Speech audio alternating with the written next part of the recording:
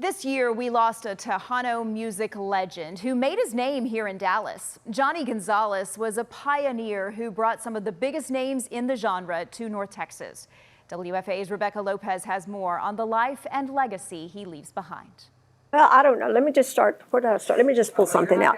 A look back in time National Hispanic Music Hall of Fame. at the life of Johnny Gonzalez This was his very first DJ program. shows a man dedicated to bringing the sound of Latin and Tejano music to the airwaves. He really did pave the way for the Tejano music artists today. His family says at the age of 10, Johnny bought his first record. He didn't even have a record player.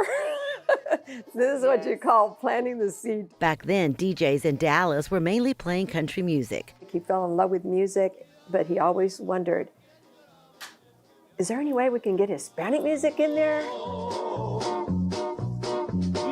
So he formed a band and created his own music label, El Sarape Records, in 1962. He had no idea where to start, so everything was self-taught from the ground up. During one of his gigs at a local venue, he met a young musician named Joe Hernandez. He signed up Hernandez and his band and produced the first album for Little Joe and the Latinaires.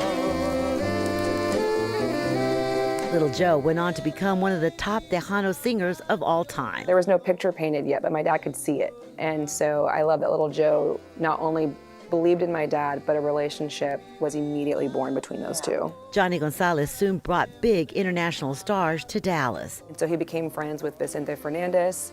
Vicente Fernandez, yes, he brought Vicente to Dallas. He brought for the first Vicente. time. Yes, he brought Vicente to Dallas. Julio Iglesias came to Dallas, all because of my dad. In 2001, Gonzalez was inducted into the National Hispanic Music Hall of Fame, a huge honor for a man who grew up poor but saw the richness in the music of his culture. He had a vision. The dad was such a visionary, and nothing was small with him. In the 1990s, he retired to spend more time with his wife, children, grandchildren, and great-grandkids.